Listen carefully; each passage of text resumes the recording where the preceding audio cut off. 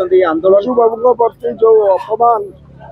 एवं जो कार्यक्रम कर बर्दाश्त करेंगे ना ओडावासी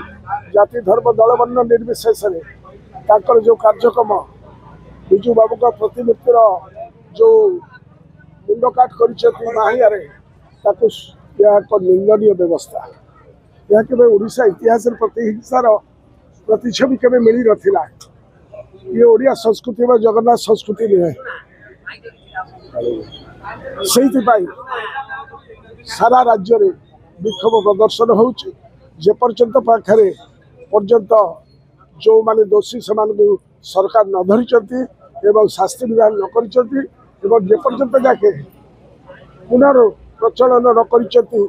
पंचायत राज दिवस को से पर्यंत जाके लड़े दिल्ली ठार पल्ली पर्यंत चली एप्रिल 24 रे हबो बोली निष्पत्ति से तो एप्रिल 24 रे ही आसुची 2010 मसीह कि आमर तो 30 वर्ष पूर्व होउची कारण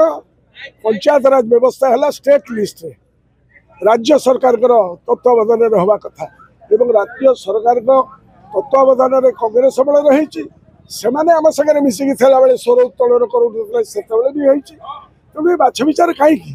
कारण ताकर आइडेंटिटी क्राइसिस पाखे एभली कौन नेतृत्व ना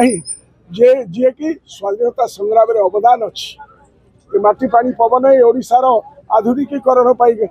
कौन व्यक्ति विशेष कौन अवदान ना से दल में से विजु बाबू को न्यून कर देखा ये जो हीनमन्यता एवं